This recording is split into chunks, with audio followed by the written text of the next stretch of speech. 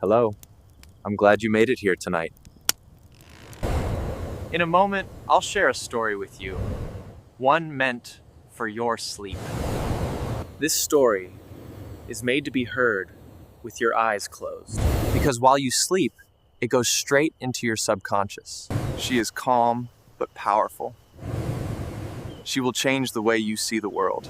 It will plant new seeds in your mind, ideas of prosperity. So lie down there, snuggle up, relax. Because the balloon is going up now, and history will take you with it. And while you settle in, if this space already helps you feel a little lighter, tap the like button and follow this channel. Tell me in the comments, where in the world are you listening from tonight? It's always heartwarming to see this quiet circle forming people from so many places, falling asleep to the same voice, connected by something made to slow us down. You are not alone here. You're part of this quiet little family. And I'm so glad you're here. And as you listen, just remember, these stories weren't created just to help you fall asleep. They speak gently to your subconscious, planting words of wealth, possibility, and quiet prosperity. Come with me. The girl who worked at the market and became its owner without ever raising her voice. She arrived before the sun did. Always did. Long before the city opened its eyes, before the trucks rolled in, before the first tomato was laid out in neat pyramids of color. She was there pulling up the metal gate, sweeping yesterday's dust, laying out crates of onions like they were gold coins. Her name was Isadora, but at the market, they just called her Isa. She didn't mind. Names didn't mean much in a place where everything moved fast, loud, and heavy. Voices shouted, prices clashed, and hands moved like birds, quick, sharp, always trading something. Isa, however, was different. She didn't shout, she didn't bark prices, or wave her arms like flags. She worked like water, quiet, constant, shaping everything around her without anyone noticing. Her stall wasn't the biggest. Her produce wasn't always the cheapest. But somehow, people kept coming back. Maybe it was the way she arranged the fruit, never just stacked, but placed like something sacred. Maybe it was how she remembered each customer's name, even when they forgot hers. Or maybe it was something deeper, something she carried that no one could quite name. A stillness in the chaos, a certainty behind the silence. What most didn't know was that Isa didn't want to run a stall. Not forever. She wanted more. Not out of greed, but out of vision. She had seen what the market could be if someone truly cared, not just about profit, but about people, about the energy, the experience, the soul of it. But she didn't say it out loud, not yet. She just listened, watched, learned.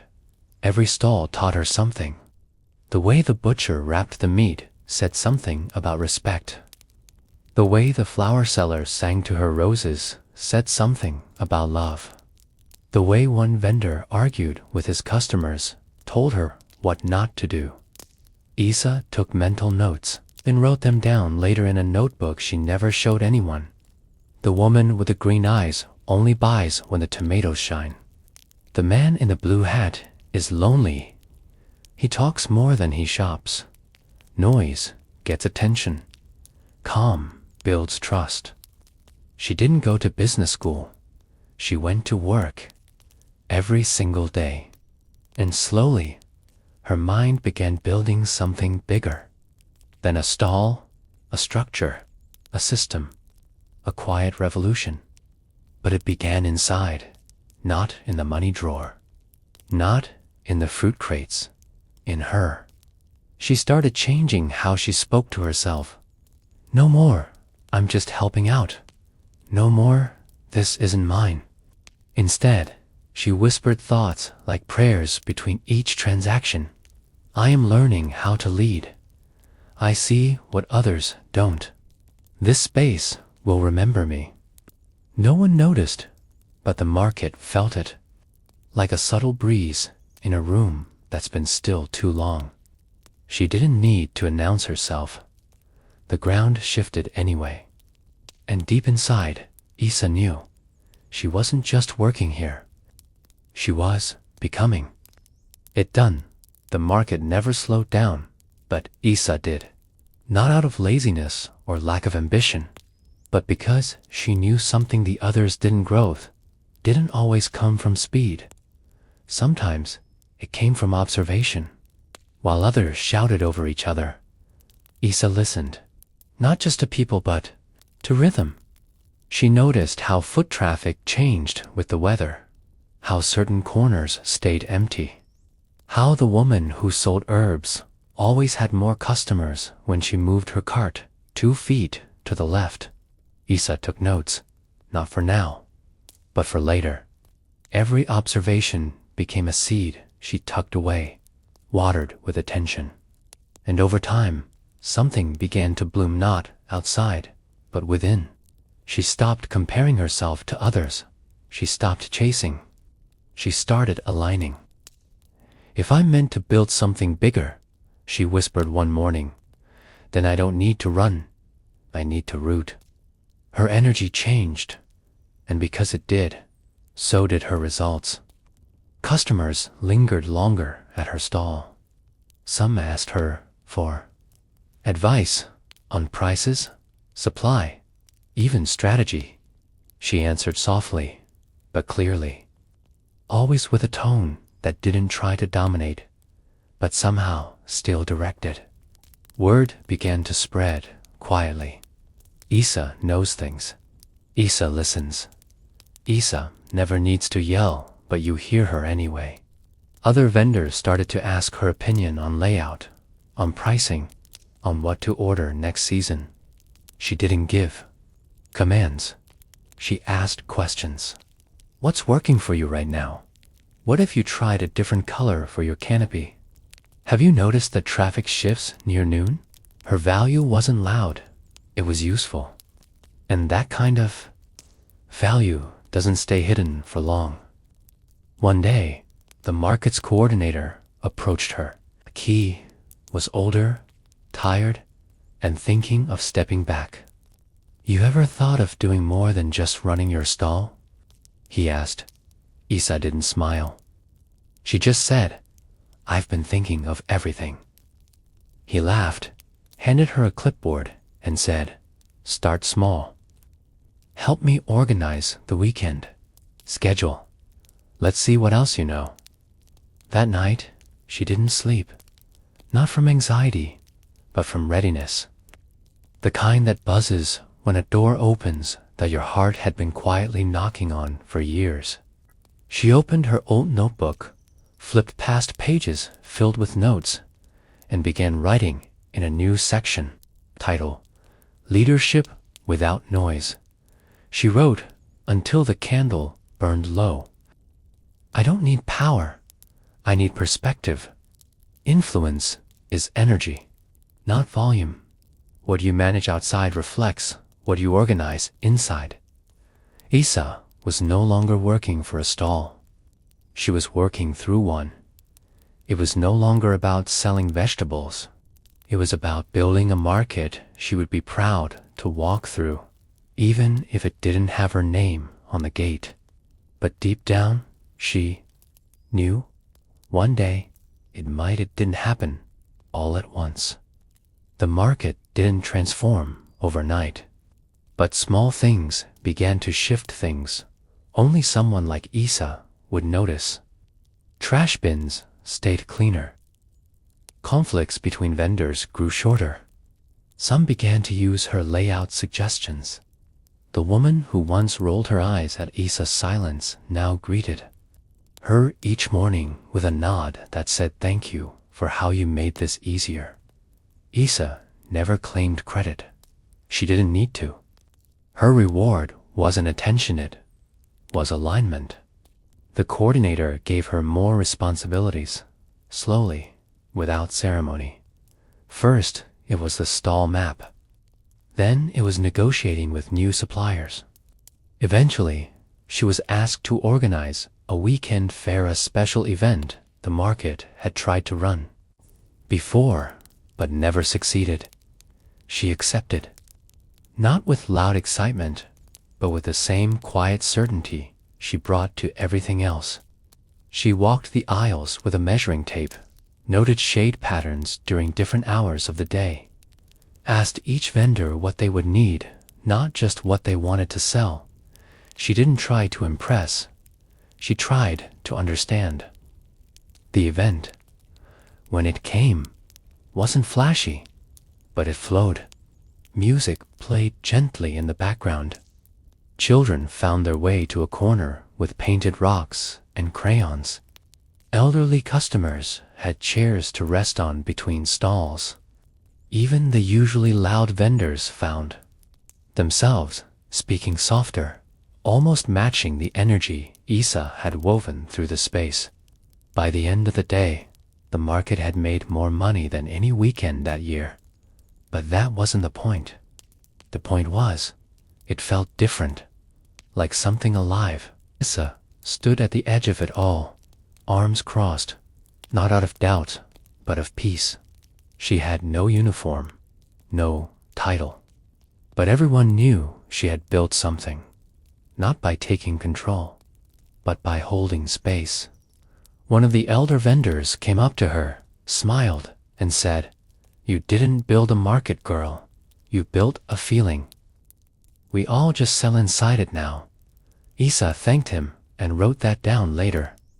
The space you create speaks louder than your voice. That week, the coordinator, ready to retire.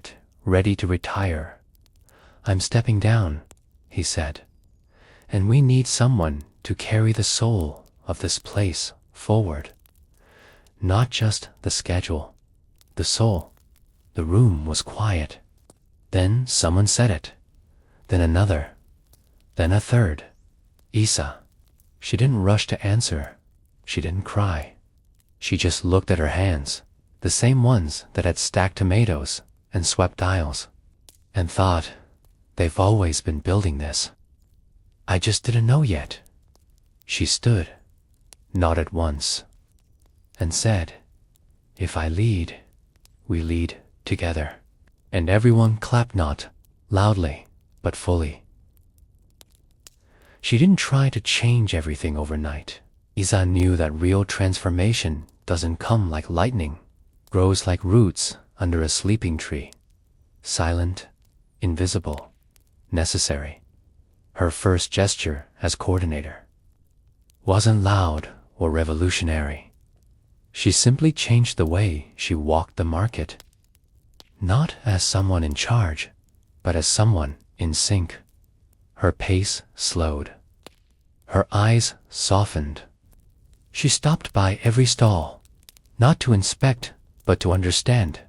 She watched how the energy moved, where it flowed with ease, where it pooled like water with nowhere to go.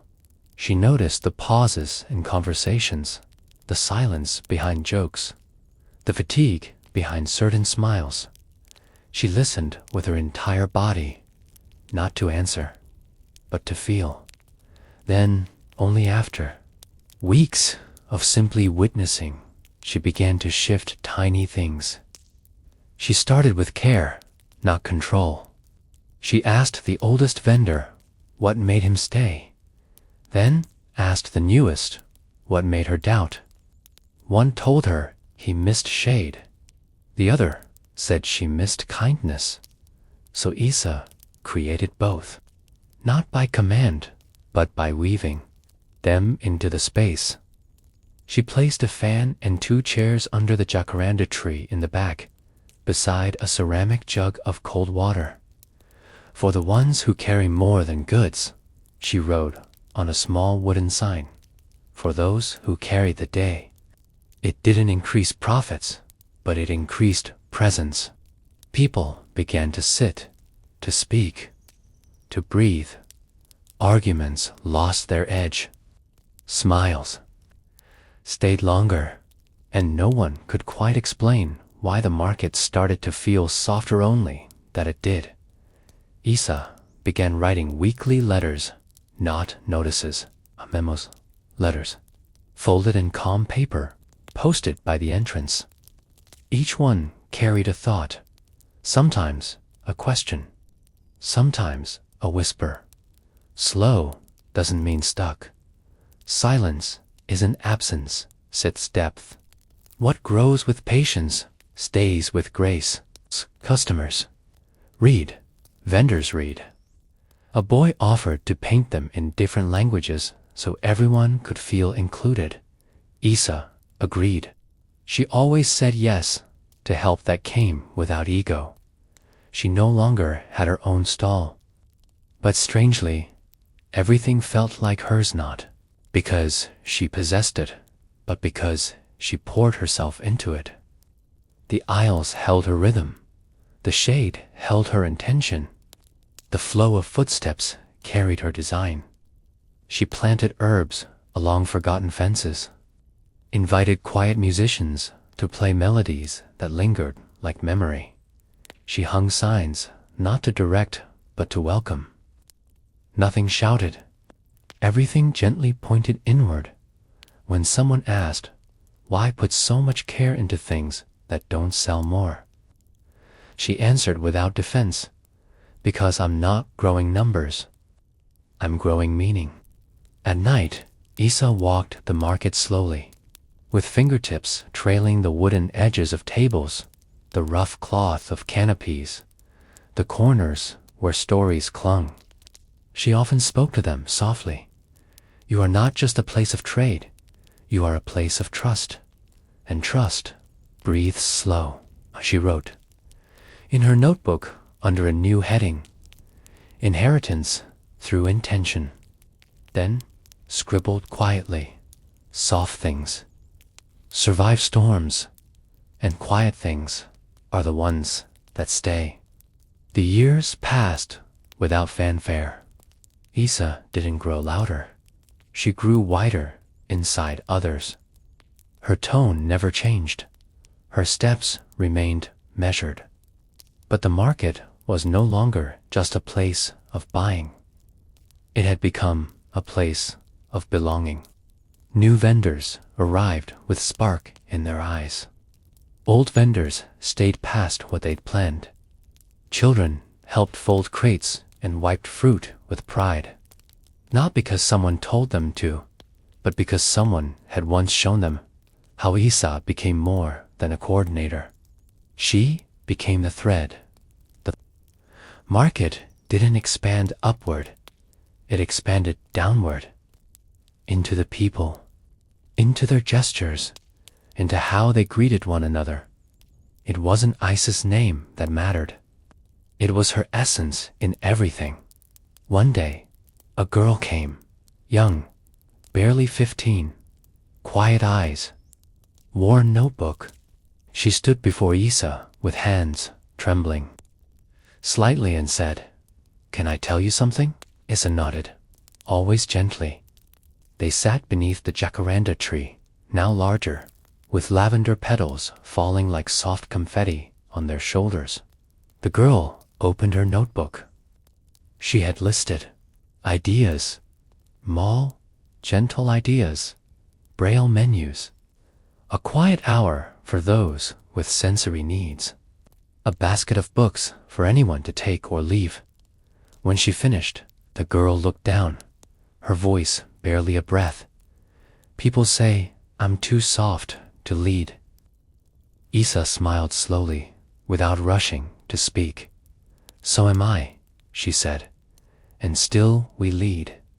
The girl looked up. Her eyes were wide again, but not with fear, with recognition. Isa handed her the notebook.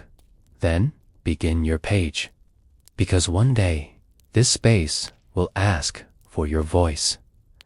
That evening, Isa stayed, as always, alone, but never lonely. She watched the tarps ripple gently in the night breeze. She closed her eyes, not to escape, but to arrive. She touched her chest softly and whispered her final line of the day. They taught us we had to be loud to matter, but maybe what really matters is the intention behind the silence. And with that, she let the stillness speak for her like it always had, and the market listened. The warehouse that only opened for those who knew how to receive. They said that at the edge of the city, there was a place where everything a person desired already existed, carefully stored inside an old warehouse made of pale wood. It was a simple building without windows, with a single sky blue door that was never locked, but also never opened by force. Many had tried to turn the knob quickly, push it with urgency, even kick it with desperation. None of them got in. Only a few would say that, at a certain moment, when they touched the door with gentleness and respect, it simply opened by itself. Inside, there were no sellers, no prices, no noise. Only silence, the scent of sweet wood, and shelves filled with everything a heart could long for. Peace wrapped in fine fabric. Boxes of golden courage. Tiny jars of quiet joy. Bottles filled with glowing ideas. And there were envelopes, many of them. Inside were forgotten projects, abandoned talents, and even wishes that had never been spoken out loud, but that the universe had heard anyway. The warehouse, they said, was a reflection of the subconscious, a mirror of the true intentions. Each soul holds, but it would only open for those who had learned to receive. Not those who begged in despair, nor those who gave with guilt, but those who accepted with gratitude and presence. There was a woman named Ilda who lived nearby. Simple, a caretaker of plants and elderly people. She always gave, always offered. But every time someone tried to give back, she would say, "No need. I have everything I need." Her home was full of life, but her heart, empty. One day, a blind old woman held her hands tightly and said, "You know how to give, but you don't know how to receive. And without that, the cycle never completes." Hilda smiled politely, but those words lingered in her mind. That night, she had a dream. She stood before the sky blue warehouse. She reached for the doorknob with determination, but nothing happened. Then, in the dream, she let go, closed her eyes, and whispered, "I allow." And the door opened slowly. When she woke up, something felt different. She spent the day trying to understand. Later, as she watered a neighbor's plants, he offered her a basket of fruit. Instinctively, she went to refuse, as always, but something inside her said, "Accept it." She stretched out her arms, took the basket, and thanked him with tears in her eyes. That night, she returned to the warehouse in her dreams. The door was slightly open. She entered. Inside, she saw a box with her name on it. When she opened it, she found small tokens of everything she had once dreamed of and forgotten. Ideas she had abandoned, believing she didn't deserve them. Gifts she had never asked for, but that had been waiting all along just for her permission to exist. Over time, Ilda began to accept invitations, compliments, and help, not from neediness, but from balance. She learned that prosperity is not a scream that demands, nor a plea made in fear. It is a whisper that says, "Yes, I accept the good that's coming. Yes, I trust." And the more she received with an open heart, the more new things began to appear. Small, everyday miracles, new client, a sudden idea, an unexpected healing. Ilda didn't just change her routine. She changed the way she spoke to herself. She stopped apologizing for dreaming big. She stopped believing that having less was a sign of humility. She began to see abundance as a dance, one step to give, another to receive. And then she finally understood. The warehouse had always been there. It wasn't built by someone else, nor did it depend on luck. It was hers. It was part of the mind that knows everything is possible, and had only been waiting for the simplest gesture. Permission, the clock that ran late.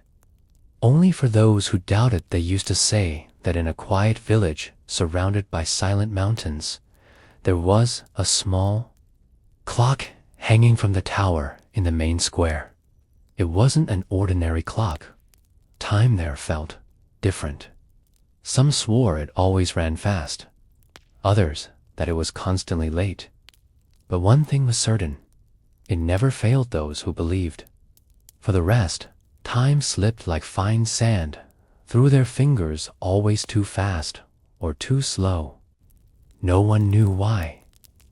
They just whispered with a mix of respect and unease, "The tower clock has a life of its own." Among the villagers lived a young man named Miguel. He was the son of a seamstress and the grandson of a cobbler. He grew up among threads, nails, and stories told at dusk. But what Miguel really wanted was to be an inventor. His mind sparkled with ideas like fireflies. Yet, whenever he tried to bring something to life, the voice of doubt echoed, "It's not time yet. You don't have the right tools or the knowledge."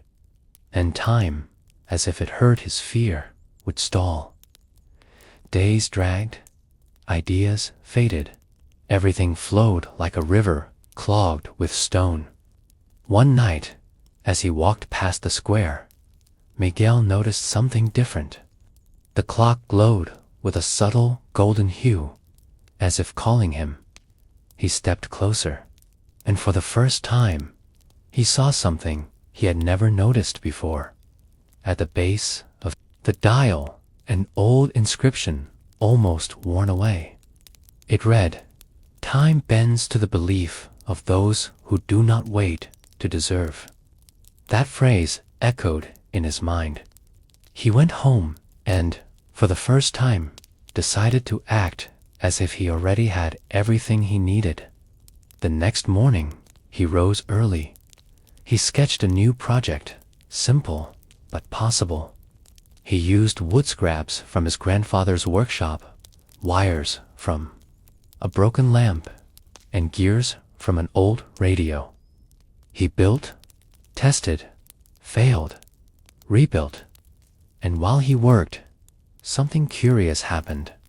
Time began to flow. People started noticing him.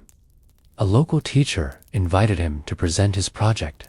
A tourist passing through bought one of his inventions as a souvenir. And then came more. It was as if time had turned in his favor. Miguel understood. The clock didn't run fast or slow. It adjusted to the inner state of each person. Those who believed, those who moved with quiet certainty before seeing results, received time's full support. But those who doubted watched the hands freeze. The secret was never the clock. It was the rhythm of the heart, the vibration of the mind, the frequency of self-worth. Years later, Miguel became known for his creations, simple objects that changed people's lives. A tea, yet he never left the village. And always, before starting something new, he'd pass through the square, glance up at the tower, and whisper, "Time already knows. So do I." Because, deep down, he understood the universe doesn't respond to urgency or despair. It responds to the calm certainty of those who already see themselves there before they even take the first step.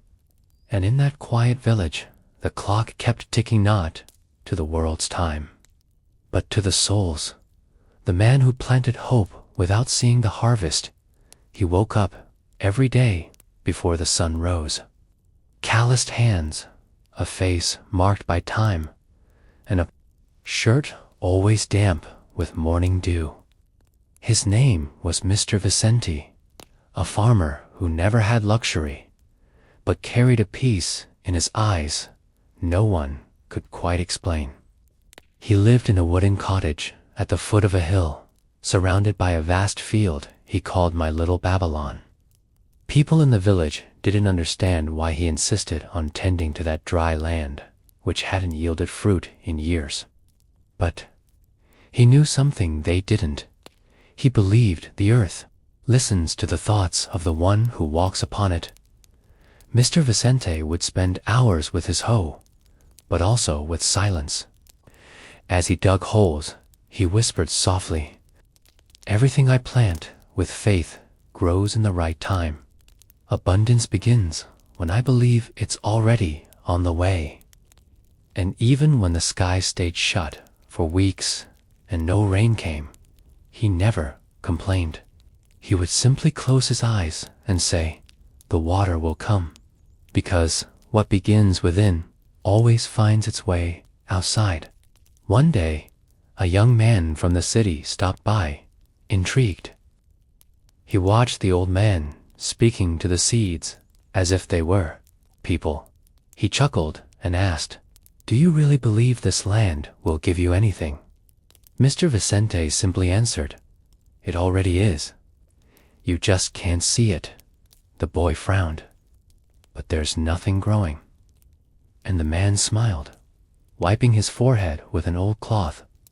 "Oh, but there is. It's growing inside me. Every day I come here with hope. I become richer within. And when wealth lives inside us, sooner or later it shows on the outside." Days passed. The rains finally came. And, surprisingly, the land began to bloom.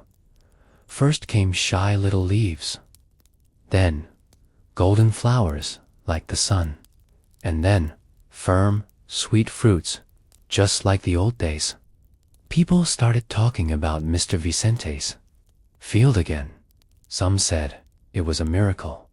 Others claimed he had a secret, but no one realized the only secret was his silence, his certainty. The soil simply answered what he had believed long before, that everything nurtured with intention will bloom, even when it seems impossible. That invisible roots form before any tree is seen, and that life always hears those who plant with their hearts. Mr. Vicente never made the news. He never truly got rich, but everyone who visited his field left changed, calmer, more confident, because there was something in that land, something in that quiet presence that taught without words. He continued to tend the field until the end of his days, and even after he was gone, the flowers kept blooming there, because the earth held not only seeds, but the vibration of someone who believed before eyes could see. And maybe that's what life does to those with quiet faith. First, it tests, then it reveals. First, it stays silent, then it blossoms. Because prosperity isn't what you own. It's what you feel you already have, even when the ground looks empty, and that no one can take from you. The warehouse that only opened for those who knew how to receive the notebook that rewrote what was inside. She found the notebook by chance, on a morning when she no longer believed in anything. It lay near a bench in the park with a faded blue cover and worn-out edges like it had lived through many hands. Elisa thought about leaving it there after all. It was just an old notebook. She opened the first page and found a sentence written in uneven but steady handwriting. Whatever you write with truth changes what is written inside.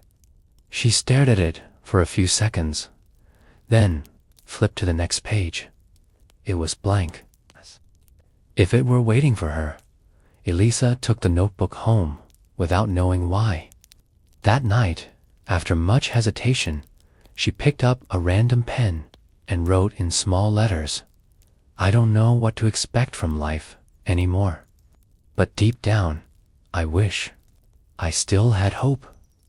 The next day, she woke up with a different feeling. It wasn't happiness. It was a lighter silence. And when she went to the market, the cashier smiled at her as if they'd known each other for years. A small thing, but it touched her deeply.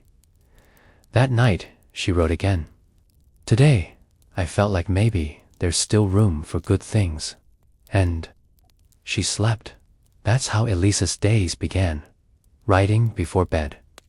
But not just anything, writing as if each word was a seed, as if what she wrote could slowly rewrite what was tangled inside her. "I want to find a job that makes me feel useful. I want to believe in my worth again. I want to wake up feeling like I'm not alone." Over time, it wasn't just the writing that changed. The way she looked out the window, washed her face, replied to good mornings, it all began to shift. The notebook didn't perform miracles, but something inside her started to transform, as if the words were paving new paths, like bridges toward a version of herself that had long been waiting to exist. And soon, small coincidences started to happen. An unexpected call offering her an interview, a compliment from someone she never expected, a borrowed book that said exactly what she needed to hear. And every time something good happened, she returned to the notebook. She wrote, as if gathering proof that life was, indeed, responding. One day, in the middle of a notebook, she wrote, "I am capable of creating the life I want, one line each night." And at that moment, she knew something had shifted inside her. Not because everything was perfect. There were still hard days, late bills, insecurities. But now, something bigger had taken root. The certainty that she could speak to her own soul. When the notebook ran out of pages, Elisa bought another. Not as old, but with blank pages ready to mirror what she wanted to become. And so, every night before sleep, she kept writing. Not out of habit, but out of connection, out of self-love, out of faith, because in the end, she understood the outside world can be noisy, but life truly changes when we rewrite what is written within. The man who planted beyond the soil. They say the land doesn't just shape hands, it shapes minds. And with Jeremiah, that was true. He grew up between hoes, wooden fences, and the rhythmic sound of branches swaying in the wind. The red earth taught him more than any school. It taught him timing. It taught him silence, taught him patience. Jeremiah woke before the sun, and while most people were still dreaming, he was already walking the furrows of his field, wearing an old hat that shaded his eyes, and a mind wandering in a world all his own. But there was something curious about him. He spoke to the seeds. He whispered as he placed them into the soil. Sometimes, he said, you will feed families. Other times, you'll be the answer someone needs. No one knew if he did this out of faith or habit, but everyone noticed something different about his crops. They grew fuller, stronger, more beautiful. Even when the rain was scarce His corn stood tall, dancing in the wind with abundance. One day, someone asked him what his secret was. He simply said, "I plant twice, once in the soil and once in my mind." Few understood, but Jeremiah did. He knew that while his hands worked the earth, his mind worked another reality. He imagined himself surrounded by prosperity, by gratitude, with a barn full, not just of grain, but of peace. And every night, even when exhausted, he'd whisper to himself, "Tomorrow will be even more fertile. I am good soil for dreams." To the village, Jeremiah was just a simple man. But inside, he was rich. Rich in purpose. Rich in presence. His home never lacked anything. Yet, there was no luxury, either only enough abundance, flowing from effort and the quiet faith he cultivated from the inside out. Over time, Jeremiah began teaching the young, not with grand speeches, but through the way he saw the world. "Don't curse the earth," he'd say, "she listens." The boys would laugh but obey. They planted with more care. They spoke to the seeds, and to everyone's surprise, their harvests began to change too. Years passed. Jeremiah grew old, but never left the fields. One day, a reporter came by, wanting to do a story on traditional farming methods. When she asked about his technique, he answered, "I farm like I pray. Each step is a request. Each movement, a thank you." The woman went silent. In that moment, she understood what he had done. He used his mind as invisible fertilizer. While others sowed with tools alone, he sowed with intention. And maybe that was Jeremiah's real secret.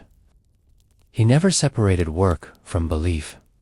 He never planted with small expectations. He always believed that, just as the earth responds to rain, life responds to what we quietly sow within ourselves, night after night. They say his land still bears fruit.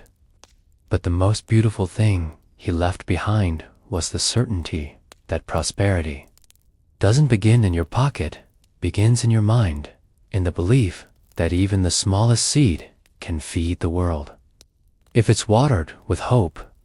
The boy who collected shadows, they said he was quiet, but what no one knew was that he simply listened too much. His name was Joe, and his eyes always seemed to search for something adults had long forgotten. He lived in a small house at the edge of the village, surrounded by trees that danced even when the wind didn't come. His favorite pastime wasn't running, nor flying kites, nor playing ball. Joe collected shadows. Whenever someone felt sad, angry, or tired, he would approach gently, offer a smile, and whisper, "You can give me your shadow if you'd like." Most would laugh, thinking it was just a child's game. But some accepted, and Joe would walk away as if he were truly carrying something invisible in his pockets. In the back of his yard, there was a wooden box where he kept the shadows. He wasn't afraid of them. On the contrary, he treated them with care. At night, he would open the lid, speak to them softly, and say, "It's okay, I see you, and I know you're not the end." It was as if, somehow, he knew that even pain could become a seed. One day, an old man arrived in the village. He looked exhausted, as if carrying the weight of the world. He sat on a bench in the square, lowered his head, and sighed so deeply it seemed to bend the clouds. Joe approached. "Would you like to give me your shadow?" The man looked at him, too weary to smile. He just nodded. Joe held out his hands as if receiving something precious. That night, he spent hours with the new shadow. He soon realized it was not just sorrow. It held longing, bruised hope, and forgotten dreams. And then, for the first time, he did something new. He stitched the shadow onto a small piece of blue fabric. With golden thread, he embroidered around it the words, "You can still begin." Again, the next morning, he left the cloth beside the man, who was still sleeping. When the man woke up and read the words, something shifted in his eyes. It was as if he remembered something he always knew but had forgotten.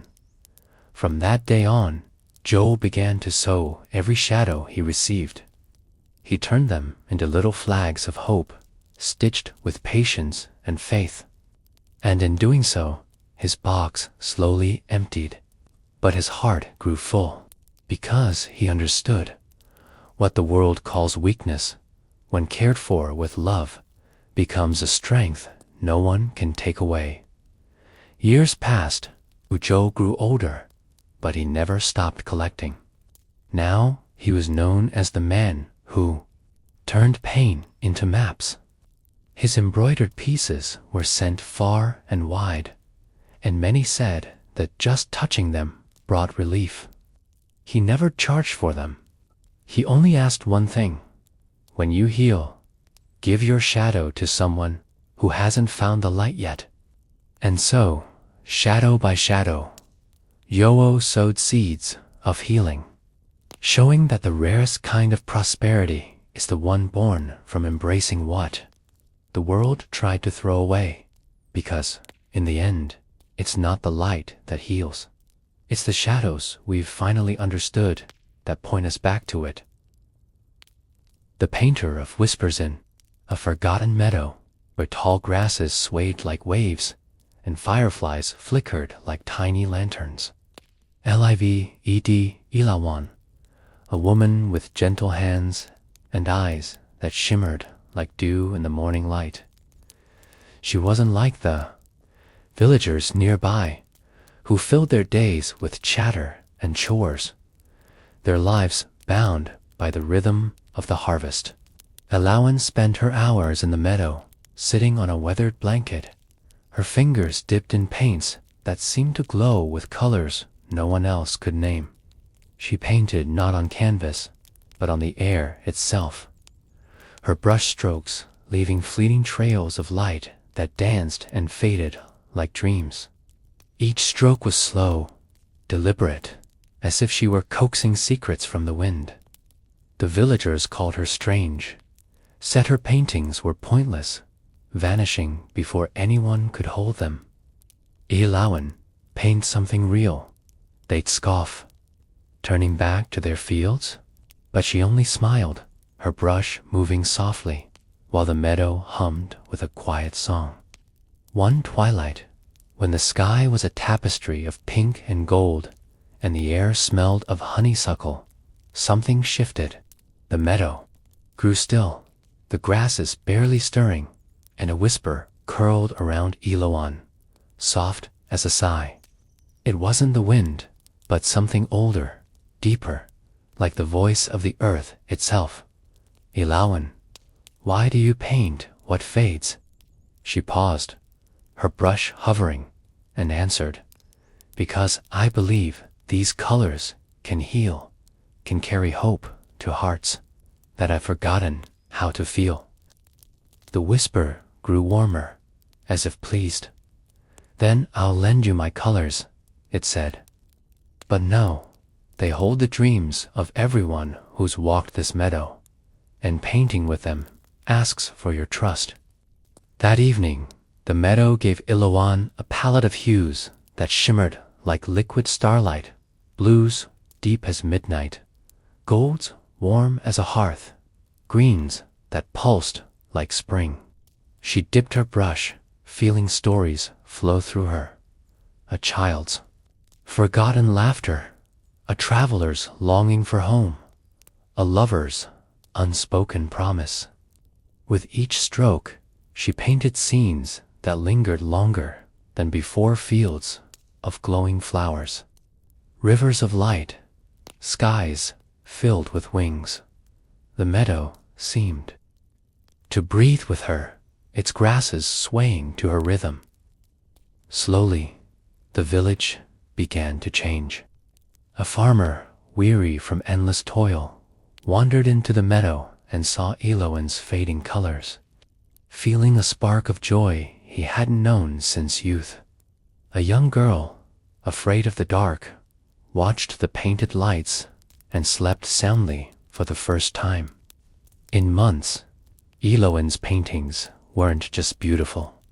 They were alive, carrying warmth and memory to those who saw them. She never stopped. Day after day, twilight after twilight, she returned to the meadow, her brush dancing, her colors glowing brighter. Sometimes the whisper returned, guiding her to paint deeper dreams, softer hopes. Each stroke you make, it said, is a gift of light to the world. Eloin's heart grew lighter, her hands steadier, knowing her work touched souls she'd never meet. She sought no reward, only the quiet certainty that her paintings eased someone's burden, somewhere in the stillness of night. And so the meadow bloomed with unseen colors. The fireflies danced brighter, and the villagers, once so hurried, began to pause and dream. As you listen, you might feel that same warmth, that same gentle glow of Eloin's colors. Her paintings still linger, floating in the air, woven with care and hope. Close your eyes, let the meadow's breeze cradle you, and know that, as you slip into sleep, the world within you is already softening, already growing brighter. Asterisk, the gardener of Donnan, a secluded valley where mist hung low and wildflowers bloomed. In colors that seemed to hum, lived Soren, a man with gentle hands and eyes that glowed like the first light of morning. He was unlike the villagers in the nearby town, who filled their days with the clink of coins and the bustle of trade. Soren spent his hours in a garden hidden behind ivy-covered walls, tending to plants that no one else knew how to name.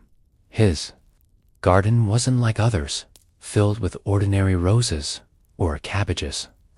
His flowers seemed to shimmer, their petals catching light in ways that made the air feel softer.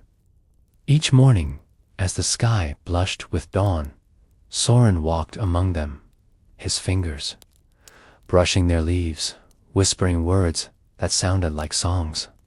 He planted seeds not just in soil, but in the quiet hopes of the world, as if each bloom could carry a wish.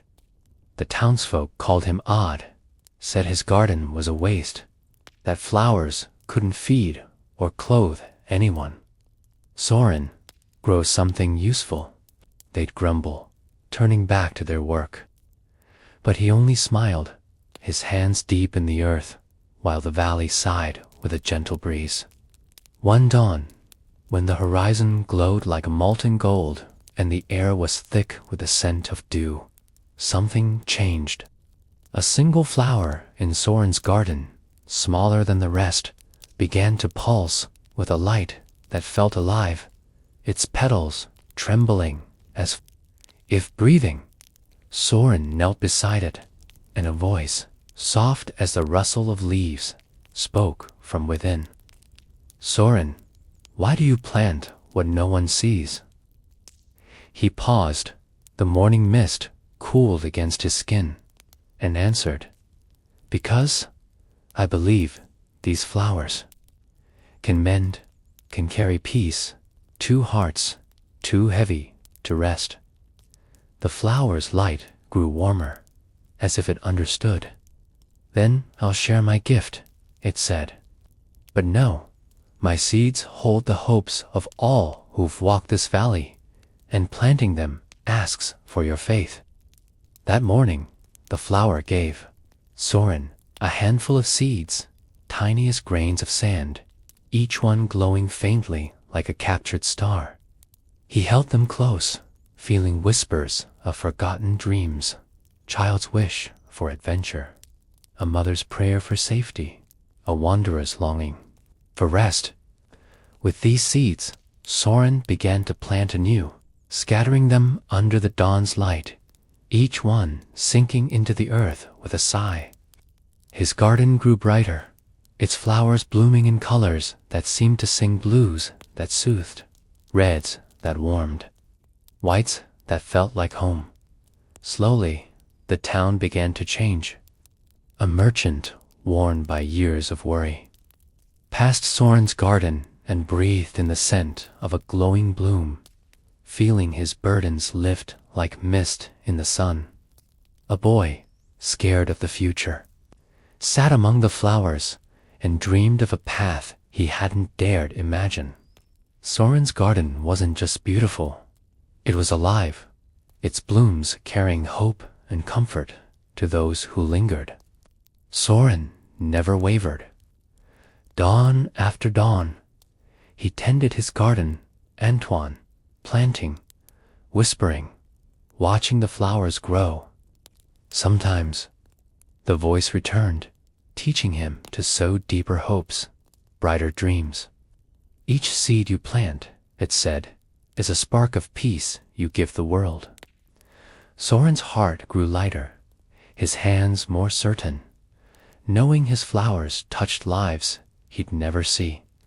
He sought no riches, only the quiet joy of knowing his garden eased someone's heart, somewhere, in the stillness of dawn.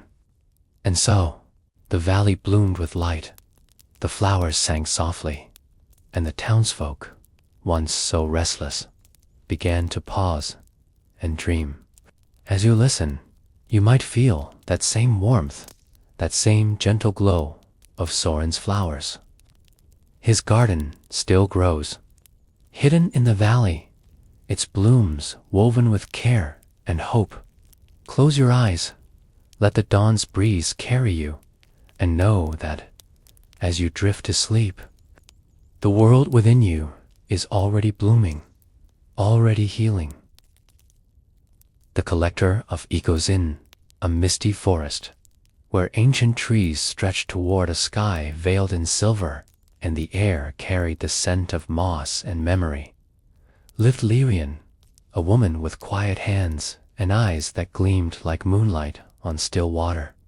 She was unlike the woodcutters and weavers of the nearby village, who filled their days with axes and looms, their lives bound by the hum of labor.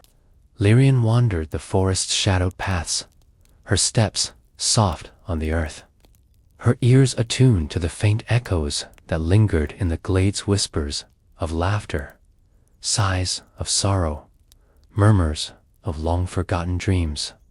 She wasn't a hunter or a healer. Lyrian was a collector, gathering these echoes not with nets or jars, but with a small silver flute she carried, its notes weaving the forest's voices into melodies that seemed to shimmer. Each tune she played was slow, tender, as if she were cradling the past itself. The villagers called her whimsical, said her melodies were fleeting, useless things that vanished with the breeze. Lyrian, make something tangible, they'd whisper, turning back to their work. But she only smiled, her flute pressed to her lips, while the forest pulsed with a gentle hum. One twilight, when the sky was streaked with lavender and the trees stood still as if holding their breath, something stirred. An echo, clearer than the rest, rose from a glade where a single willow wept over a quiet stream. It wasn't a sound, but a presence, warm and alive, carrying the weight of countless voices. Lyrian played a note, and a voice, soft as falling leaves, spoke from the echo. Lyrian, why do you collect what fades? She paused, the mist curling around her, and answered, because I believe these echoes can soothe, can carry peace to hearts that ache in silence. The echo trembled as if it understood. Then I'll share my voices, it said. But no, they hold the dreams of all who've walked this forest, and weaving them asks for your trust. That night, the echo gifted Lyrian a single note, a sound so pure it felt like holding a memory.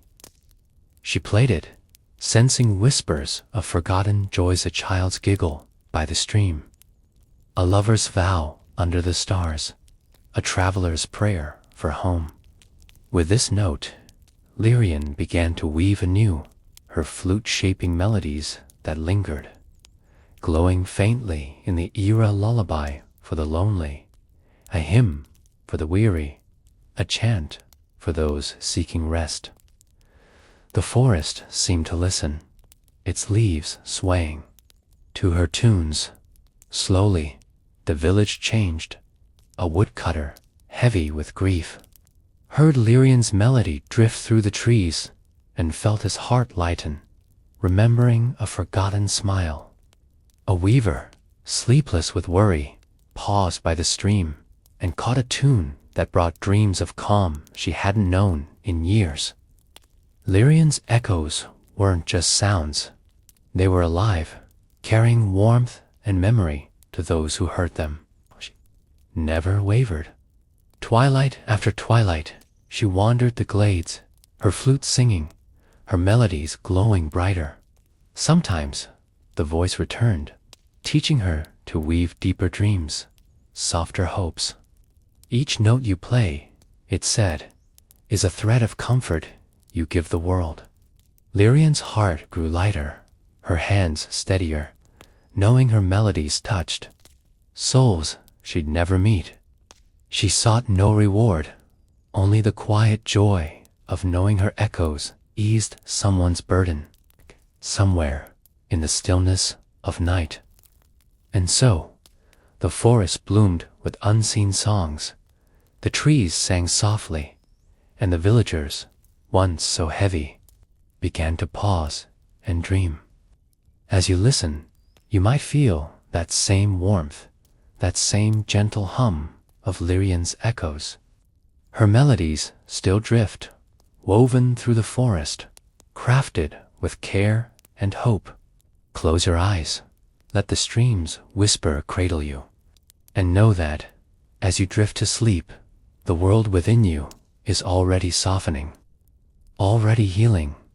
The keeper of Teitzin, a rugged cove, where the sea crashed against cliffs of black stone, and gulls cried like voices from forgotten dreams, lived therein. A man with salt-streaked hair and eyes that mirrored the shifting blues of the ocean. He was unlike the fishermen of the nearby hamlet, who spent their days hauling nets and mending boats under the weight of endless toil. Theron walked the shoreline, his boots sinking into wet sand, his hands tracing patterns in the tide pools, as if the sea whispered secrets only he could hear. He wasn't a sailor or a merchant. Theron was a keeper, not of ships or cargo, but of the tides themselves, guiding their ebb and flow with a staff carved from driftwood, its tip glowing faintly, like a captured moon. Each movement he made was slow, deliberate, as if he were dancing with the rhythm of the waves. The villagers called him peculiar, said his work was pointless, that the sea answered to no one. Theron, tend to real things, they'd grumble, turning back to their nets, but he only smiled, his staff stirring the water, while the cove hummed with a quiet pulse. One evening, when the sky burned crimson and the waves shimmered like liquid fire, something shifted.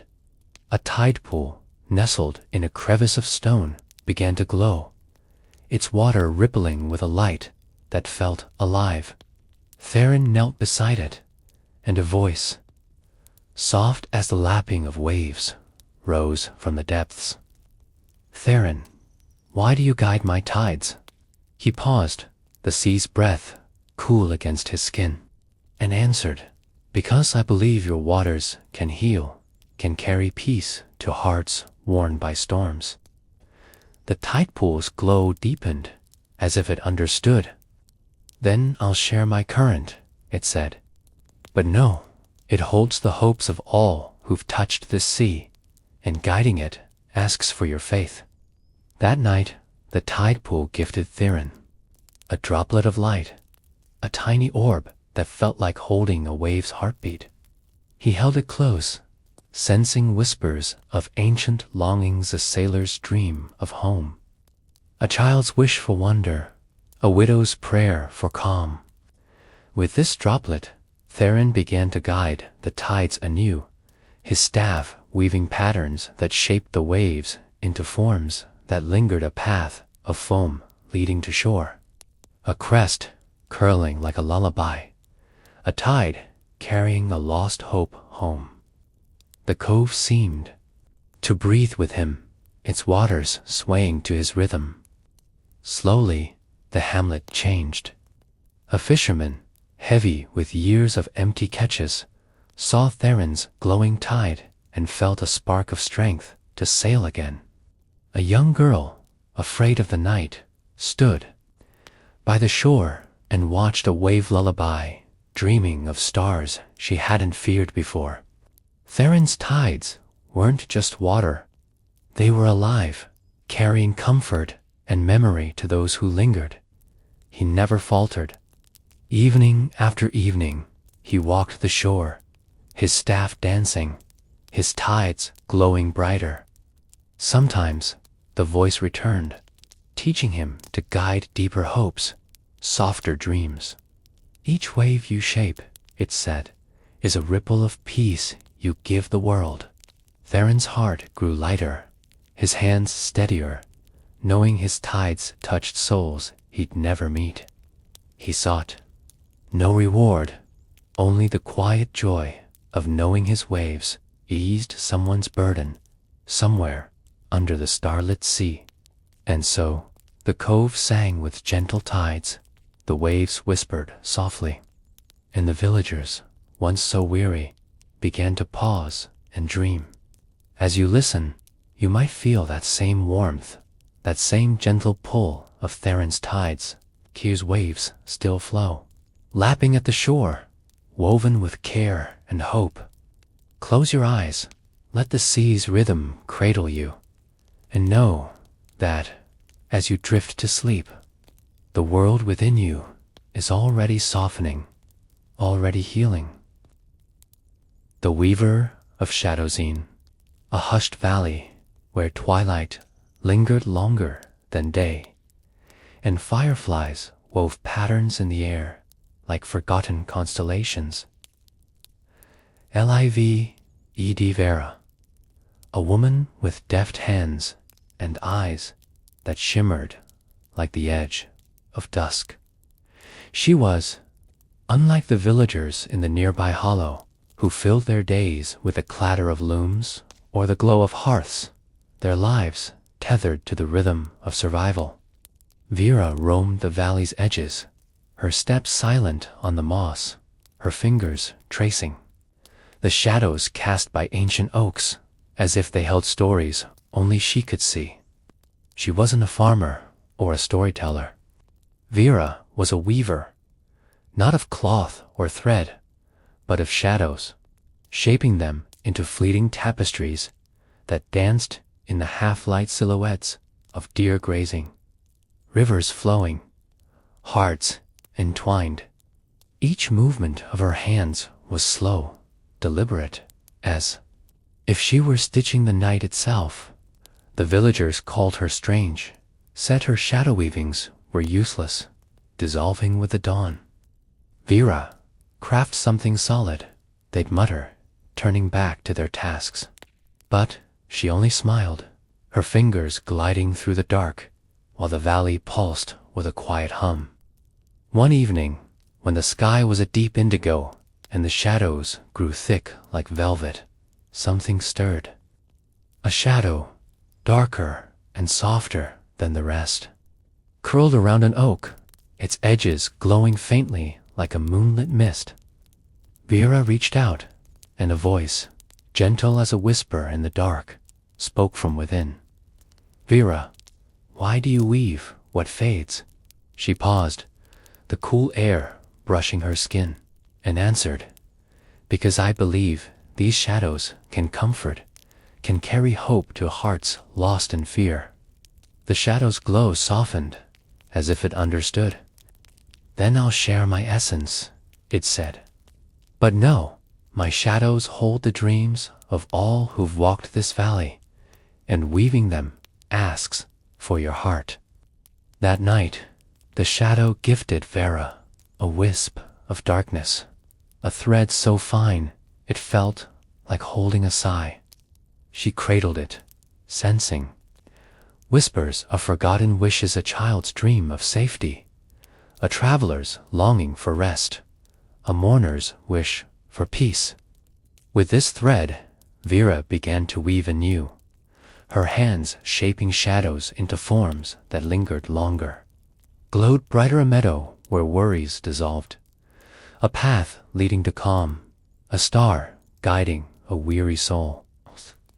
The valley seemed to breathe with her, its oaks swaying to her silent rhythm. Slowly, the hollow changed. A weaver, burdened by endless work, saw Vera's shadow meadow and felt a lightness she hadn't known since youth. A boy, scared of the dark, watched a shadow star and slept without fear for the first time. Vera's tapestries weren't just shapes. They were alive, carrying warmth and memory to those who lingered. She never wavered. Evening after evening, she roamed the valley, her hands weaving, her shadows glowing softer. Sometimes the voice returned, teaching her to shape deeper dreams, gentler hopes.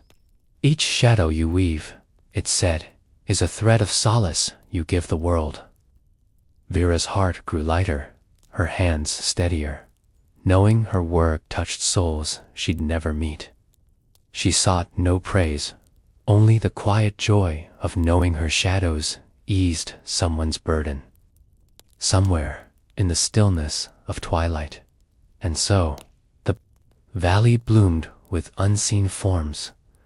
The shadows danced gently, and the villagers, once so weary, began to pause and dream. As you listen, you might feel that same warmth, that same soft glow of Vera's shadows. Her tapestries still drift, woven through the twilight, crafted with care and hope. Close your eyes, let the valley's hush cradle you, and know that as you drift to sleep, the world within you is already softening, already healing.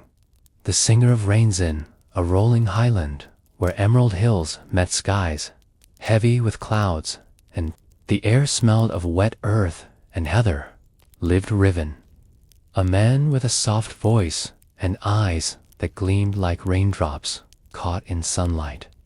He was unlike the shepherds and tinkers of the nearby glen, who filled their days with the bleating of flocks or the clink of tools, their lives bound by the weight of toil. Riven wandered the hills, his cloak dusted with mist, his ears tuned to the patter of rain, as if each drop carried a story only he could hear. He wasn't a herder or a craftsman. Riven was a singer, not of ballads or hymns, but of rains, his voice weaving melodies that seemed to call the clouds closer, their notes falling like gentle showers.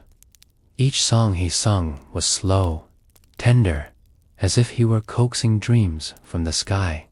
The villagers called him fanciful, said his songs were useless, that rain fell without his help. Riven, sing something practical, they'd mutter, turning back to their work. But he only smiled, his voice rising softly, while the highland hummed with a quiet rhythm. One dusk, when the sky was a quilt of gray and gold, and the air trembled with the scent of coming rain, something shifted. A single raindrop, brighter than the rest, fell into a hollow of stone, its surface shimmering like a tiny star. Riven knelt beside it, and a voice, gentle as a drizzle, spoke from within. Riven, why do you sing to me? He paused, the mist cool against his face, and answered, because I believe your rains can soothe, can carry peace to hearts heavy with storms. The raindrops' glow deepened, as if it understood. Then I'll share my song, it said. But no, it holds the dreams of all who've walked these hills, and singing it asks for your trust. That night, the raindrop gifted Riven a note, a sound so pure, it felt like holding a breeze. He sang it, sensing whispers of forgotten hopes, a shepherd's wish for rest, a child's dream of wonder, a mourner's prayer for calm. With this note, Riven began to sing anew, his voice shaping rains into melodies that lingered. Glowing faintly in the air, a shower, washing away sorrow, a drizzle carrying hope, a storm guiding a lost heart home. The highland seemed to sway with him, its hills alive with his song. Slowly, the glen changed. A shepherd, worn by endless days, heard Riven's rain song and felt a lightness he hadn't known since youth. A young girl, restless with fear, stood in the mist and caught a melody that brought dreams of peace she hadn't dared imagine. Riven's rains weren't just water. They were alive, carrying warmth and memory to those who listened. He never faltered. Dusk after dusk, he wandered the hills, his voice weaving, his rains glowing softer. Sometimes the voice returned, teaching him to sing deeper dreams, gentler hopes. Each note you sing, it said, is a drop of solace you give the world. Riven's heart grew lighter, his voice steadier, knowing his songs touched souls he'd never meet. He sought no reward, only the quiet joy of knowing his rains eased someone's burden somewhere under the clouded sky. And so, the highland bloomed with unseen melodies. The rains fell softly, and the villagers, once so hurried, began to pause and dream. As you listen, you might feel that same warmth, that same gentle patter of Riven's rains. His songs still drift, carried by the clouds, woven with care and hope. Close your eyes, let the highland's mist cradle you, and know that, as you drift to sleep, the world within you is already softening, already healing. She was always the quiet one, while the other children ran barefoot through the fields, chasing kites or laughter. She sat beside her grandmother's porch with an old shoebox and a pair of dull scissors. Inside that box, she saw something no one else could. Not cardboard, not glue, not scraps. A house.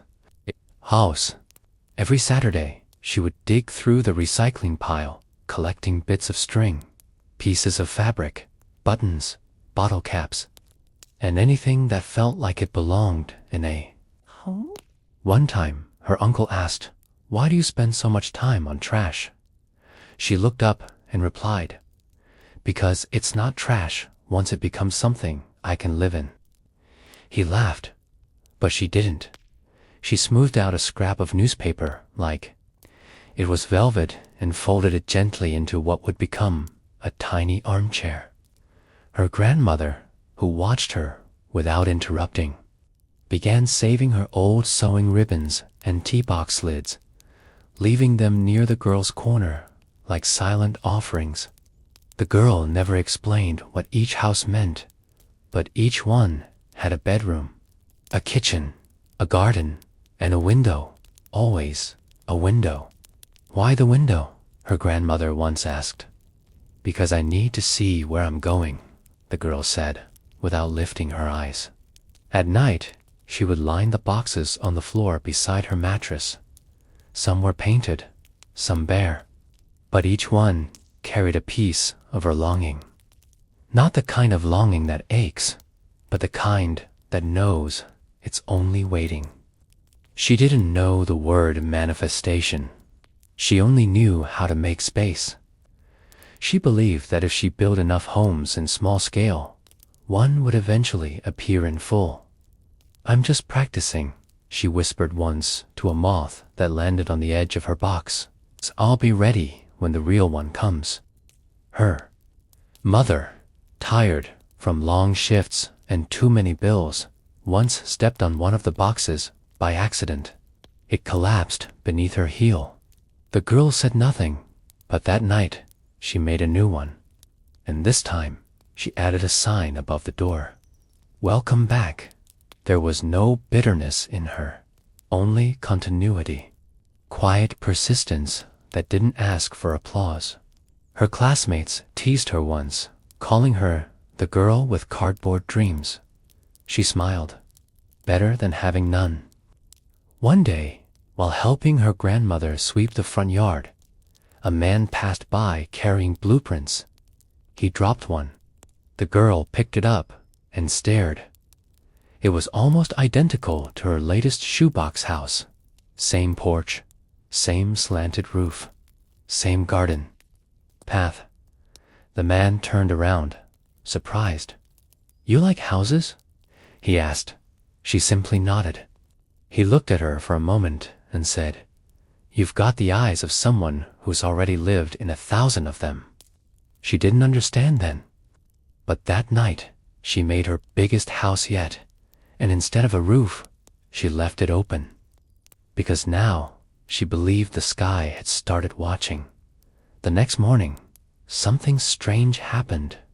Her grandmother, who rarely left the house, called her outside.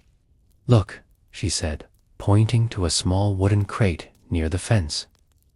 Inside it were scraps of fine fabric, tiny decorative beads, and a roll of golden thread. No note, no explanation.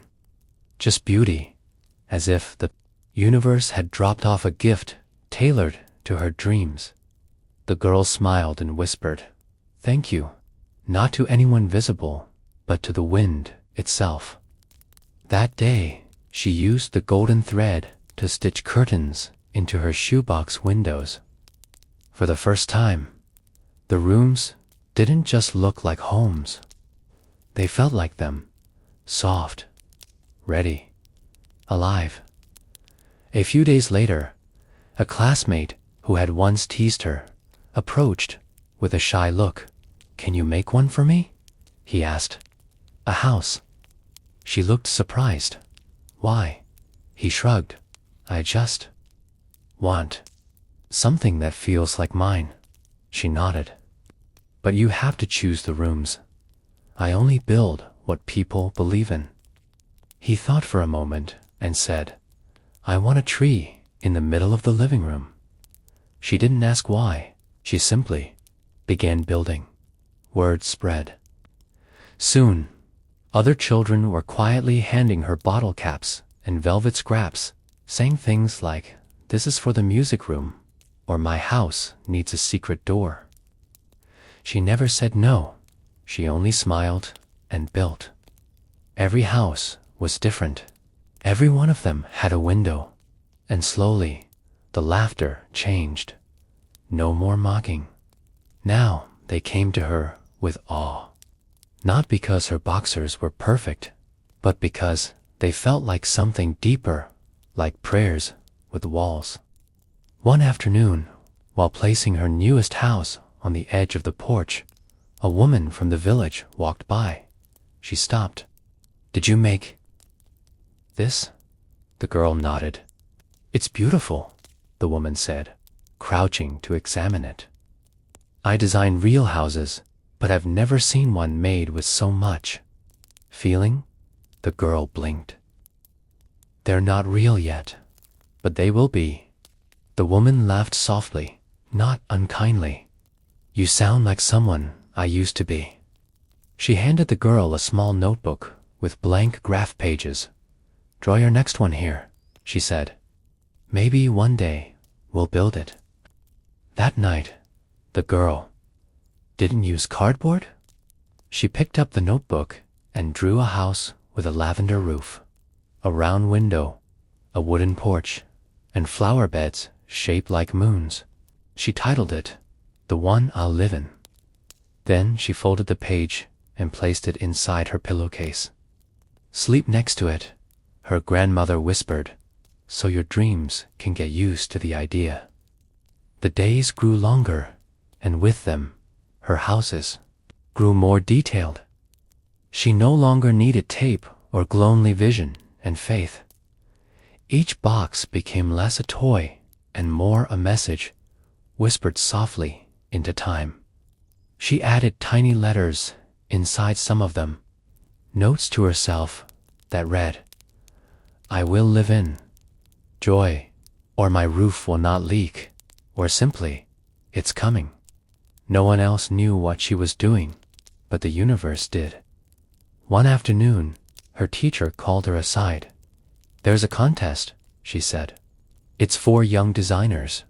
You don't have to win, but I think you should enter." The girl hesitated. "I don't use rulers or fancy paper." The teacher smiled. "You use belief. That's rarer." With her grandmother's help, she selected 5 of her favorite shoebox houses and placed them carefully inside a basket lined with fabric. She didn't try to make them look perfect. She wanted them to look true. The day of the exhibition, the other children arrived with sleek models, printed blueprints, and polished presentations. She placed her basket on the corner table. Some laughed, but others leaned closer. Adults tilted their heads, eyes softening. "There's something about these," one woman said. "They feel lived in." A man from the city's architecture board stared at the little house with the open roof. "It's simple," he whispered, "but it makes me feel like I've been there before." She didn't win first place, but she won something else. A quiet invitation. A letter arrived the next week, offering her a mentorship program at a nearby design studio. "We don't usually take students this young," it read, "but we believe in seeds." Her grandmother cried, holding the letter to her chest like it was a key. That night, the girl didn't make a house. She stood by the window instead, looking out at the stars. She whispered, "I knew you were listening." Then she smiled and placed her favorite house, the one with the lavender roof, on the windowsill. "You go first," she told it. "I'll follow soon." And just before sleep took her, she swore she saw a flicker of light move through the box, not from a lamp, from within. The design studio was quiet and full of light. It didn't smell like paper or glue, but of possibility. On her first day, she was given a small desk and a stack of blank sketch paper. "Draw anything," her mentor said. "We'll worry about the rules later." Her hands hesitated at first, but then they moved like they remembered. She drew curved staircases, round windows, crooked chimneys with stars above them, homes that breathed, homes that listened. The others in the room looked over, curious. "You draw like you've already lived there," one boy whispered. She smiled. "Maybe I have." During a break, she wandered through the back garden and saw a fig tree, just like the one she used to imagine outside her shoebox houses. Its branches curved in the same way. Its roots were just as wide. She touched the bark and whispered, "You came." That evening, her grandmother gave her a small, wrapped package. "For your new room," she said. Inside was a curtain made from the same golden thread the girl had once used on her boxers. I saved the rest, the grandmother smiled. The girl hung it on the window, which overlooked a garden with moon-shaped flower beds. She stood there for a long time. It was exactly like the one she had drawn. Exactly the lavender roof, the round window. Even the porch railing had the same spiral pattern. For a moment, she thought maybe she was dreaming, but then she heard the soft creak of the floor, the hum of wind through the curtain, and the rhythm of her own breath. No, this was real, and yet it wasn't new. It felt like home because it had always existed inside her. She unpacked her belongings carefully. At the bottom of her bag was the notebook. She opened it to the page with the house sketch. Holding it against the window, she smiled. A perfect match. Later that night, she took out her last shoebox house and placed it on her shelf. "You're not needed anymore," she whispered, "but I'll keep you as proof." Then she lit a candle not to see better, but to say thank you, because some dreams don't knock. They enter softly when you've already opened the door. Years passed. The girl became a woman. And though her hands had grown steadier, she never stopped building with wonder. Her home, the one with the lavender roof and the round window, stood at the edge of a quiet field now. Children often passed by, pausing to stare. It didn't look fancy. It looked warm, inviting, like something out of a story they hadn't heard yet. One morning, a small voice called from the gate. "Can I see the house with the moonflowers?" She opened the door. A girl stood there holding a shoebox, taped, colored, careful. "I made one like yours," the child said. The woman bent down and took it in her hands. Inside were 4 rooms, one for music, one for laughter, one for quiet, and one labeled "Someday." She nodded. "This is a good house." The child's eyes widened. "Will it work?" "It already is," the woman replied. That evening, she cleared a small corner of her garden and set out tiny chairs. She began inviting children from the village to bring their boxes. Some came with castles, some with tents. One boy brought only a key and said, "I'm still imagining the door." She told them every dream is a doorway we build not to escape, but to prepare. And they listened, quietly, faithfully, like she once had.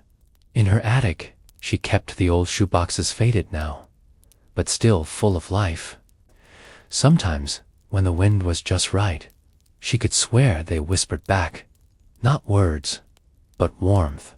Proof that even cardboard can become a cathedral when love is folded into its corners.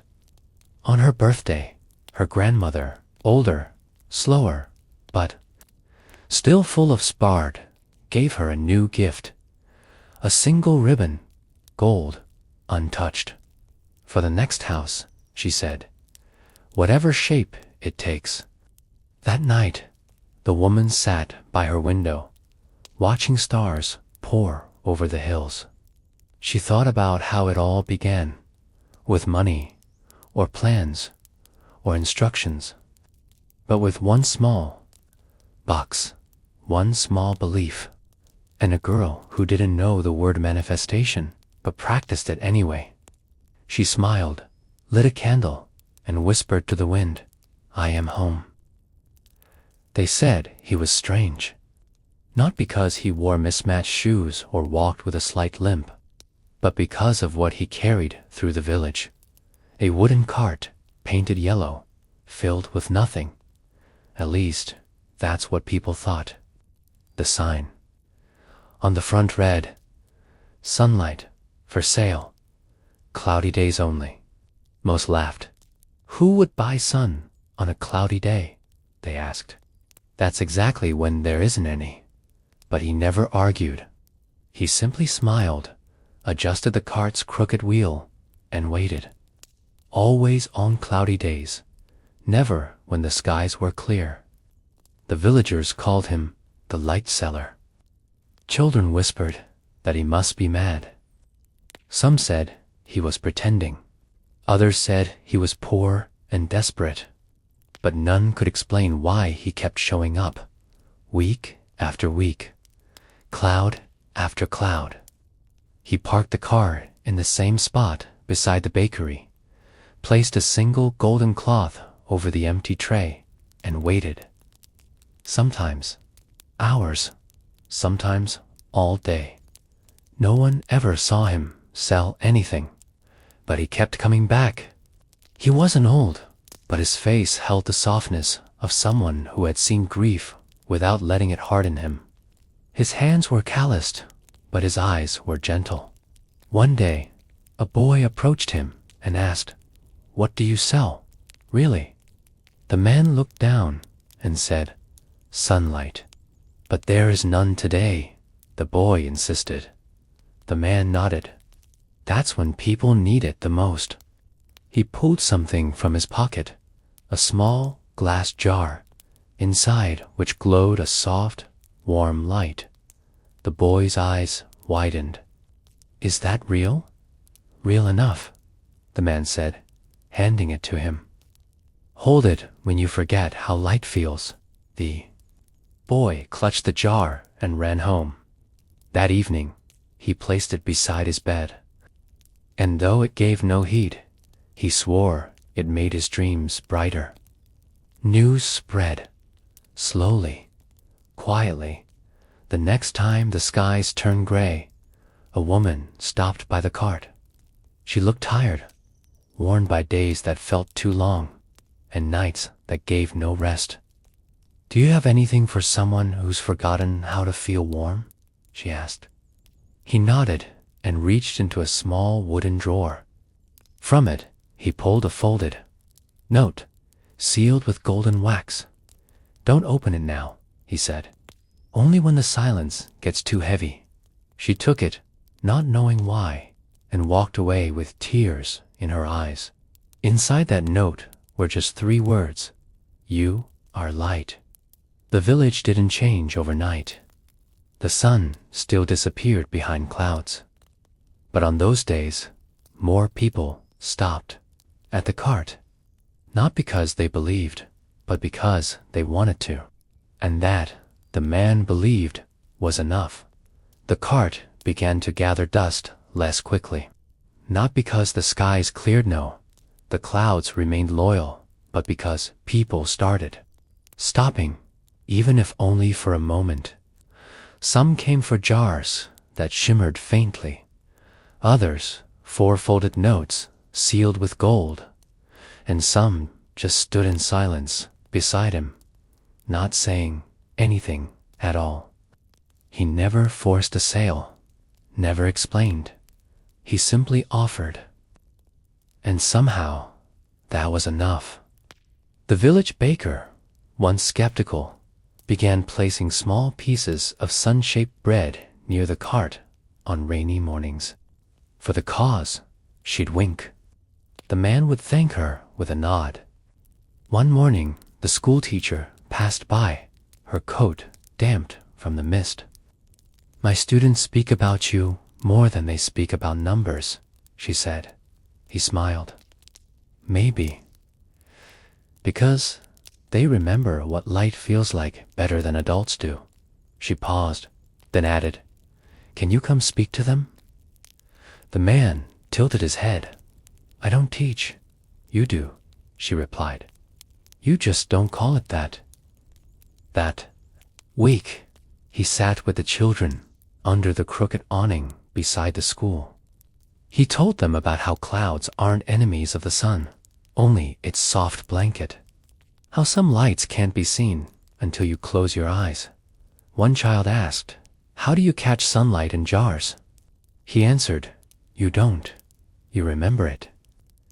That's what goes inside. And they believed him, because children don't need proof when their hearts recognize truth.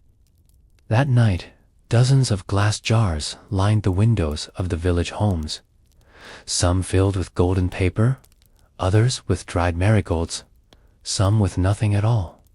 But every jar glowed, maybe from within, maybe from belief. It didn't matter. Even skeptics softened. The blacksmith, gruff and loud, left a small coin wrapped in a yellow cloth on the cart one morning. No words, no eye contact, just a gesture, and the man understood. He added a new sign to the cart that day. Pay what it's worth to you. Some paid in buttons, others in secrets, a few in nothing but thanks.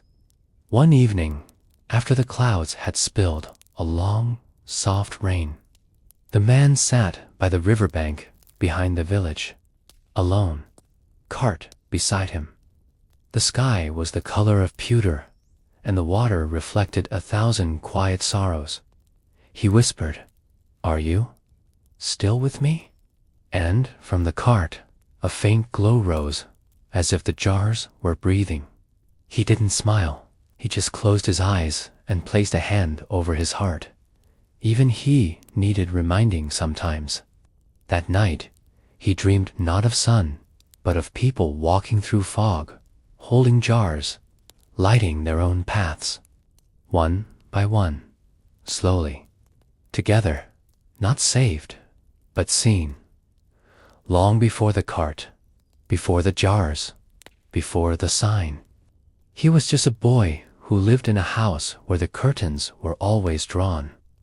His mother believed that darkness kept sadness out, but he always thought it just kept joy from finding the way in. He would sneak out when she wasn't watching, run into the garden, face the sky, and memorize the patterns sunlight made on his skin. Why do you like the sun so much? His sister once asked. Because it reminds me I'm here, he said. But one winter, she stopped asking questions. Her light, once louder than his, faded too quickly. The silence that followed was not just quiet, was cold. Their mother pulled the curtains tighter, and he stopped sneaking out for a long time, until one day, years later, he found a shoebox filled with drawings his sister had made. They were all of light, sunbeams, windows, lamps, even candles floating in the sky. On the last page, in shaky handwriting, she had written, Don't forget how to glow. He didn't cry, not then. He just stood up, walked outside, and faced the gray sky. It didn't offer warmth, but it offered space, and something in him moved. He began collecting little things, a smooth stone, a glass marble, a ribbon the color of dandelions. He didn't know why, he just knew they felt like parts of the sun. Eventually, the box became a drawer, the drawer became a trunk, and the trunk became a cart. It wasn't planned. It was simply the only thing that made sense. He painted it yellow with leftover paint from a forgotten festival, built small shelves inside, added a drawer for notes, and hooks for jars. When people asked him what made him start, he always said, I lost something, so I share what I can still feel. No one ever knew about the shoebox or the last note, but every time he sealed a letter with gold wax, he whispered the same thing to himself. This one is for her. Some days were harder. When the rain came sideways and the wind tried to blow the cart off balance, but he came anyway. Not for the sales, not for the smiles, but because the act itself became a promise, one he had made to himself, and to a girl who once drew light when the world felt dark. That promise had no expiration, only rhythm. So he showed up and offered light reel or imagined them the days no one else did. The cart wasn't supposed to travel. It was built for the narrow paths of the village, for the bakery corner, for the rhythm of one man's quiet offering. But one morning, just before dawn, a letter arrived. No name, just a seal in the shape of a sun. Inside, a message: we heard of your light. Bring it to where the rain doesn't stop.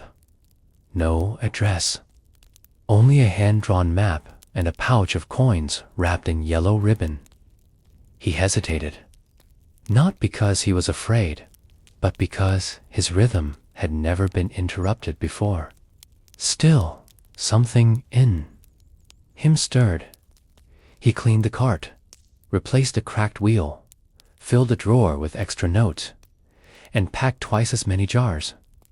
As he left the village, children lined the street with paper suns in their hands. Some adults watched quietly, unsure of what they were feeling. The baker handed him a small loaf shaped like a lantern.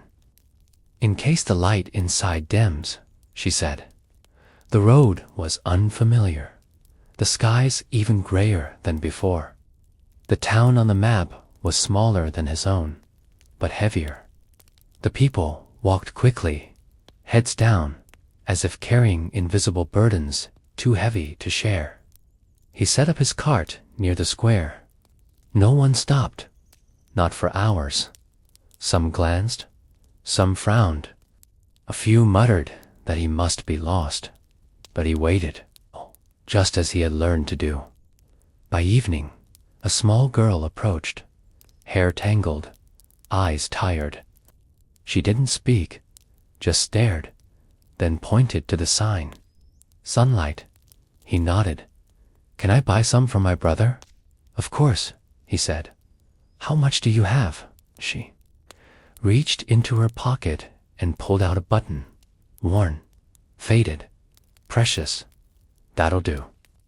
He smiled and handed her a jar with a flicker inside. Tell him this is what mornings feel like. She ran off, clutching it like it was made of gold. The next day, more came. One man asked for a letter. A woman requested warmth for her sick mother. They said he was strange. It's not because he wore mismatched shoes or walked with a slight limp, but because of what he carried through the village. A wooden cart, painted yellow, filled with nothing. At least, that's what people thought. A sign on the front read, "Sunlight for sale, cloudy days only." Most laughed. Who would buy sun on a cloudy day? They asked. That's exactly when there isn't any. But he never argued. He simply smiled, adjusted the cart's crooked wheel, and waited. Always on cloudy days, never when the skies were clear. The villagers called him the light seller. Children whispered that he must be mad. Some said he was pretending. Others said he was poor and desperate, but none could explain why he kept showing up. Week after week, cloud after cloud. He parked the cart in the same spot beside the bakery, placed a single golden cloth over the empty tray, and waited. Sometimes hours, sometimes all day. No one ever saw him sell anything, but he kept coming back. He wasn't old, but his face held the softness of someone who had seen grief without letting it harden him. His hands were calloused, but his eyes were gentle. One day, a boy approached him and asked, "What do you sell, really?" The man looked down and said, "Sunlight." "But there is none today," the boy insisted. The man nodded. "That's when people need it the most." He pulled something from his pocket, a small glass jar, inside which glowed a soft, warm light. The boy's eyes widened. "Is that real? Real enough?" the man said, handing it to him. "Hold it when you forget how light feels." The boy clutched the jar and ran home. That evening, he placed it beside his bed, and though it gave no heed, he swore it made his dreams brighter. News spread, slowly, quietly. The next time the skies turned gray, a woman stopped by the cart. She looked tired, worn by days that felt too long, and night that gave no rest. "Do you have anything for someone who's forgotten how to feel warm?" she asked. He nodded and reached into a small wooden drawer. From it, he pulled a folded note, sealed with golden wax. "Don't open it now," he said. "Only when the silence gets too heavy." She took it, not knowing why, and walked away with tears in her eyes. Inside that note were just 3 words: "You are light." The village didn't change overnight. The sun still disappeared behind clouds. But on those days, more people stopped at the cart, not because they believed, but because they wanted to. And that, the man believed, was enough. The cart began to gather dust less quickly. Not because the skies cleared, no, the clouds remained loyal, but because people started stopping, even if only for a moment. Some came for jars that shimmered faintly, others 4-folded notes sealed with gold, and some just stood in silence beside him, not saying anything at all. He never forced a sale, never explained. He simply offered. And somehow, that was enough. The village baker, once skeptical, began placing small pieces of sun-shaped bread near the cart on rainy mornings. For the cause, she'd wink. The man would thank her with a nod. One morning, the school teacher passed by, her coat damped from the mist. "Students speak about you more than they speak about numbers," she said. He smiled.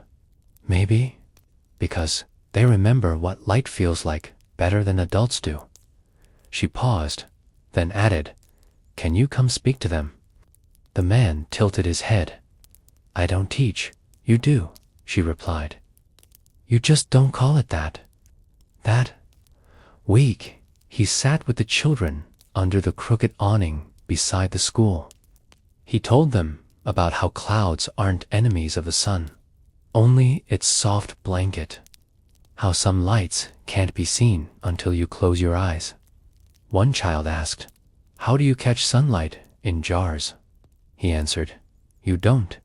You remember it? That's what goes inside." And they believed him. Because children don't need proof when their hearts recognize truth. That night, dozens of glass jars lined the windows of the village homes. Some filled with golden paper, others with dried marigolds, some with nothing at all. But every jar glowed, maybe from within, maybe from belief. It didn't matter. Even skeptics softened. The blacksmith, gruff and loud, left a small coin wrapped in a yellow cloth on the cart one morning. No words, no eye contact, just a gesture, and the man understood. He added a new sign to the cart that day: "Pay what it's worth to you." Some paid in buttons, others in secrets, a few in nothing but thanks. One evening, after the clouds had spilled a long, soft rain, the man sat by the riverbank behind the village, alone, cart beside him. The sky was the color of pewter, and the water reflected 1,000 quiet sorrows. He whispered, "Are you still with me?" And from the cart, a faint glow rose, as if the jars were breathing. He didn't smile. He just closed his eyes and placed a hand over his heart. Even he needed reminding sometimes. That night, he dreamed not of sun, but of people walking through fog, holding jars, lighting their own paths. One by one, slowly, together, not saved, but seen. Long before the cart, before the jars, before the sign. He was just a boy who lived in a house where the curtains were always drawn. His mother believed that darkness kept sadness out, but he always thought it just kept joy from finding the way in. He would sneak out when she wasn't watching, run into the garden, face the sky, and memorize the patterns sunlight made on his skin. Why do you like the sun so much? His sister once asked. Because it reminds me I'm here, he said. But one winter, she stopped asking questions. Her light, once louder than his, faded too quickly. The silence that followed was not just quiet, was cold. Their mother pulled the curtains tighter, and he stopped sneaking out for a long time, until one day, years later, he found a shoebox filled with drawings his sister had made. They were all of light, sunbeams, windows, lamps, even candles floating in the sky. On the last page, in shaky handwriting, she had written, "Don't forget how to glow." He didn't cry, not then. He just stood up, walked outside, and faced the gray sky. It didn't offer warmth, but it offered space, and something in him moved. He began collecting little things, a smooth stone, a glass marble, a ribbon the color of dandelions. He didn't know why. He just knew they felt like parts of the sun. Eventually, the box became a drawer. The drawer became a trunk. And the trunk became a cart. It wasn't planned. It was simply the only thing that made sense. He painted it yellow with leftover paint from a forgotten festival, built small shelves inside, added a drawer for notes and hooks for jars. When people asked him what made him start, he always said, "I lost something, so I share what I can still feel." No one ever knew about the shoebox or the last note, but every time he sealed a letter with gold wax, he whispered the same thing to himself. This one is for her. Some days were harder. When the rain came sideways and the wind tried to blow the cart off balance, but he came anyway. Not for the sales, not for the smiles, but because the act itself became a promise. One he had made to himself, and to a girl who once drew light when the world felt dark. That promise had no expiration, only rhythm. So he showed up and offered light trio or imagined them the days no one else did. The cart wasn't supposed to travel. It was built for the narrow paths of the village, for the bakery corner, for the rhythm of one man's quiet offering. But one morning, just before dawn, a letter arrived. No name, just a seal in the shape of a sun. Inside, a message. "We heard of your light. Bring it to where the rain doesn't stop." No address, only a hand-drawn map and a pouch of coins wrapped in yellow ribbon. He hesitated, not because he was afraid, but because his rhythm had never been interrupted before. Still, something in him stirred. He cleaned the cart, replaced the cracked wheel, filled the drawer with extra notes, and packed twice as many jars. As he left the village, children lined the street with paper suns in their hands. Some adults watched quietly, unsure. of what they were feeling. The baker handed him a small loaf, shaped like a lantern. "In case the light inside dims," she said. The road was unfamiliar, the skies even grayer than before. The town on the map was smaller than his own, but heavier. The people walked quickly, heads down, as if carrying invisible burdens too heavy to share. He set up his cart near the square. No one stopped, not for hours. Some glanced, some frowned. A few muttered that he must be lost, but he waited, just as he had learned to do. By evening, a small girl approached, hair tangled, eyes tired. She didn't speak, just stared, then pointed to the sign. "Sunlight," he nodded. "Can I buy some for my brother?" "Course," he said. "How much do you have?" She reached into her pocket and pulled out a button. "Worn, faded, precious. That'll do." He smiled and handed her a jar with a flicker inside. "Tell him this is what mornings feel like." She ran off, clutching it like it was made of gold. The next day, more came. One man asked for a letter. A woman requested warmth for a sick mother.